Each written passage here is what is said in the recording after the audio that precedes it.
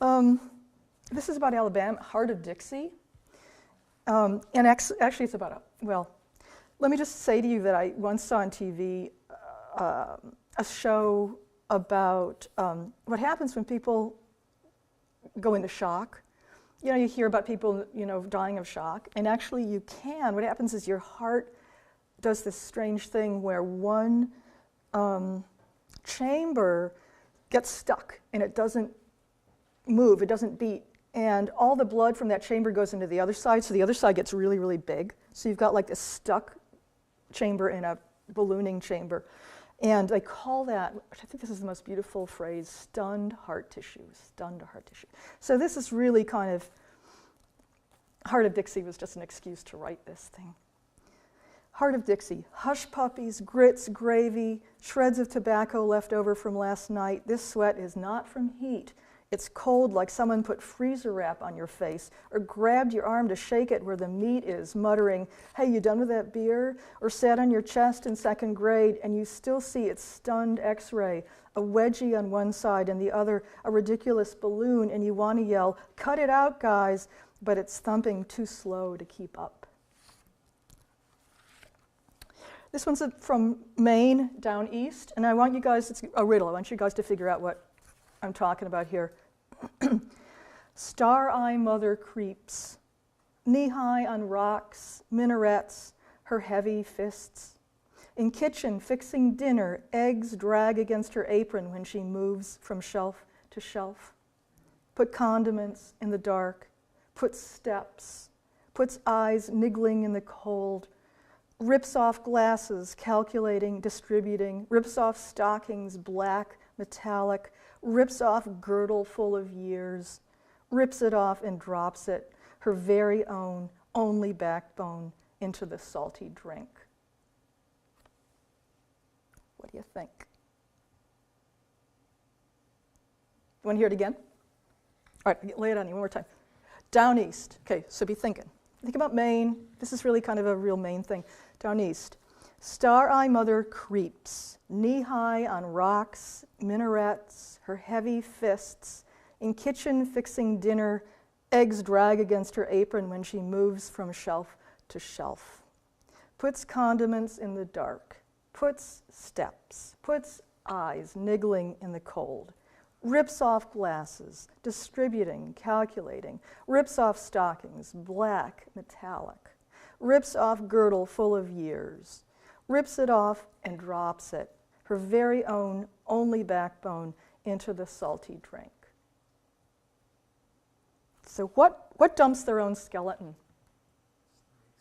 Snakes, not quite, but... Lobsters. Pardon? Lobsters. Lobster, it's a lobster. Nice. Okay, that's the riddle one. He gets whatever big ticket that you came here and you get to skip the rest of the semester, whatever. Okay. Yeah. Okay, this is the last one in the state series I'll read. This is called, this is from the nickname for Tennessee, Volunteer. Volunteer for this or any war and see where it gets you.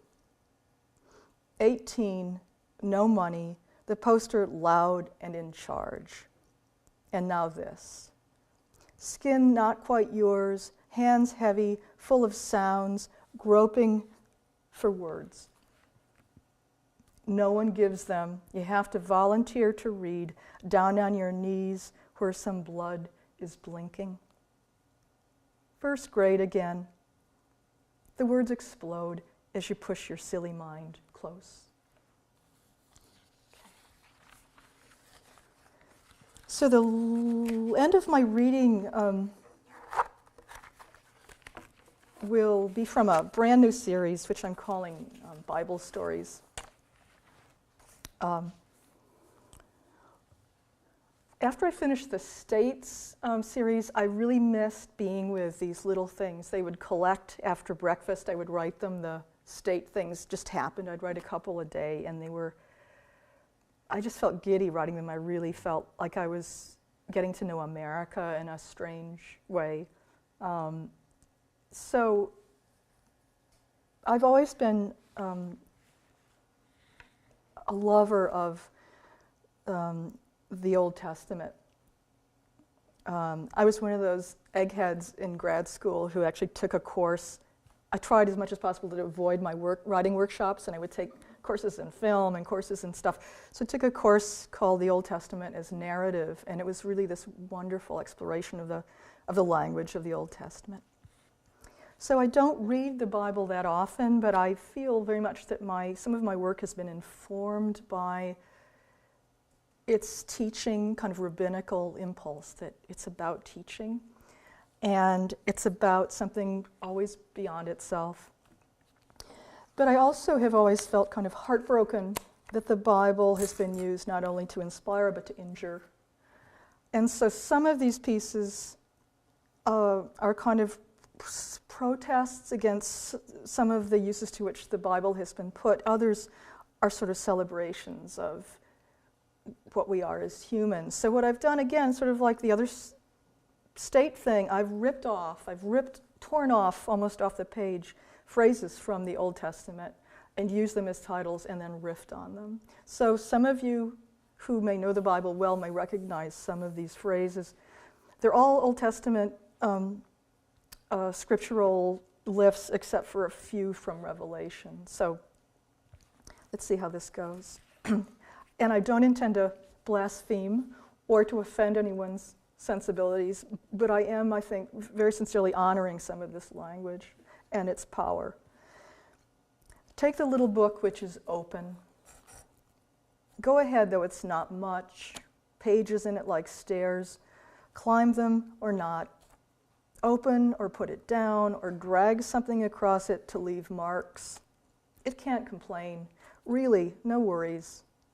Can't speak, resist, peddle, humiliate, insult, or sink. Just open or shut. Put your finger there. Save the dark place you made.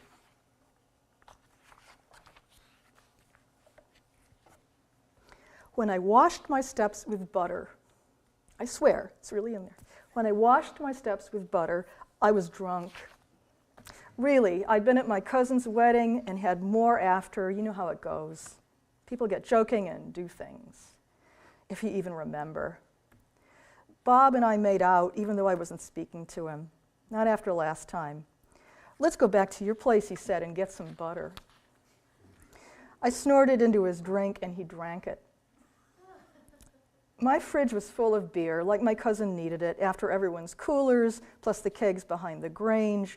I said, go out on the steps and get comfortable. Sing to me. So he started yowling, and I pulled out the butter. To scare him, I stuck it down his back. In that heat, the steps were shiny, and Bob had to jump.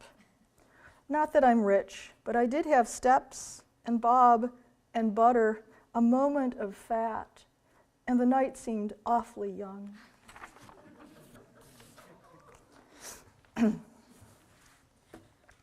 Stand on the sea of glass. You could be on Mars or in a lab or at some manufacturer's designed to wow. Stiff on every side, tides and fish hung there. Walk back and forth, Jesus or something. It's so weird. Hurry, who can you phone?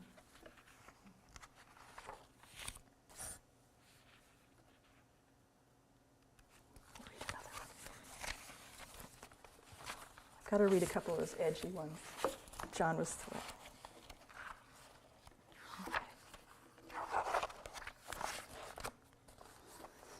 Okay, there went up a mist, tracked by Doppler across Montana, says the weather girl, and under the palms on the Gulf.